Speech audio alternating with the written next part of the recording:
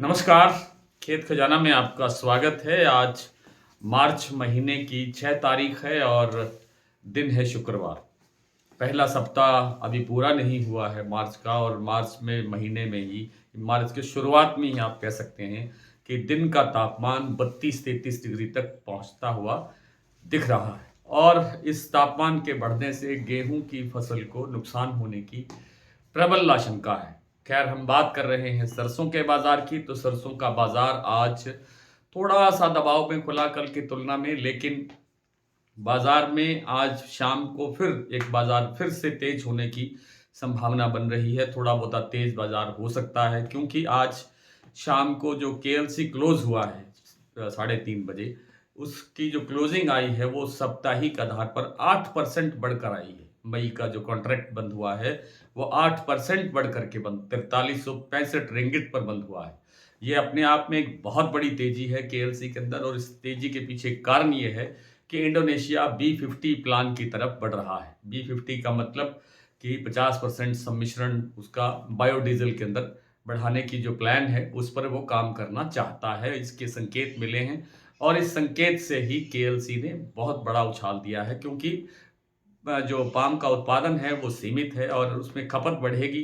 B50 में खपत बढ़ेगी तो अवेलेबिलिटी घटेगी और सप्लाई घटने से जो केएलसी है वो तेज हो रहा है, बढ़ रहा है। और उसके पीछे जो दूसरा कारण है वो ये है कि पहले से ही इजराइल, ईरान, अमेरिका इन सब के बीच में जो तनाव चल रहा है उससे पहले ही सप्लाई बाधित है और उस कारण से भी केएलसी को एक मजबूत सहारा मिलता हुआ दिखाई दिया है। हालांकि अभी तक सरसों में इसका इम्पैक्ट नहीं आया है, लेकिन आने की प्रबल संभावना है।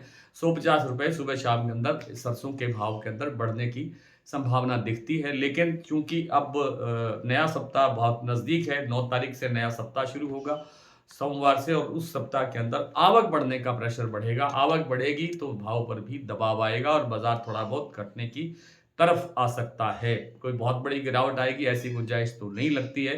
सारा कुछ आवक पर निर्भर है, आवक कितनी होती है। जैसे आज भी 6 साढ़े 6 लाख बोरी की आवक रही है, ये कोई दबाव बनाने वाली स्थिति नहीं है।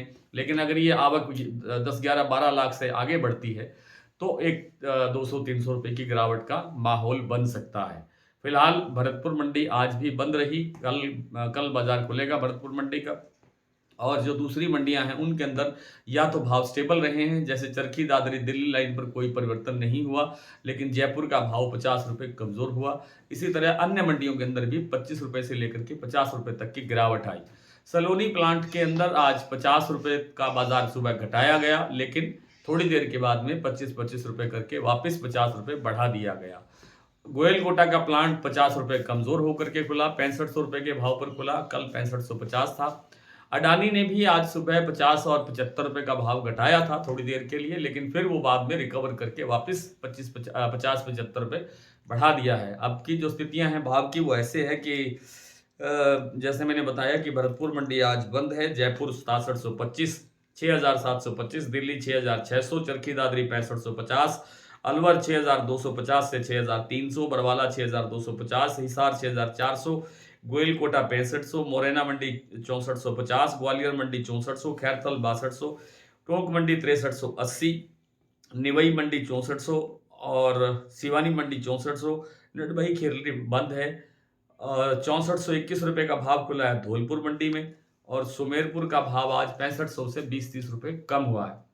बूंदी और अडानी का जो प्लांट है बूंदी का, वहां भाव है 6525, यहाँ 50 रुपए भाव बढ़ा है। अलवर प्लांट में भाव है 6525, यहाँ 75 रुपए भाव बढ़ा है। और सलोनी के अंदर जो सारे प्लांट है वो 7150 पर पहुंचे हुए हैं। यहाँ 25-25 रुपए करके 2 बार 50 रुपए बढ़ाए गए हैं।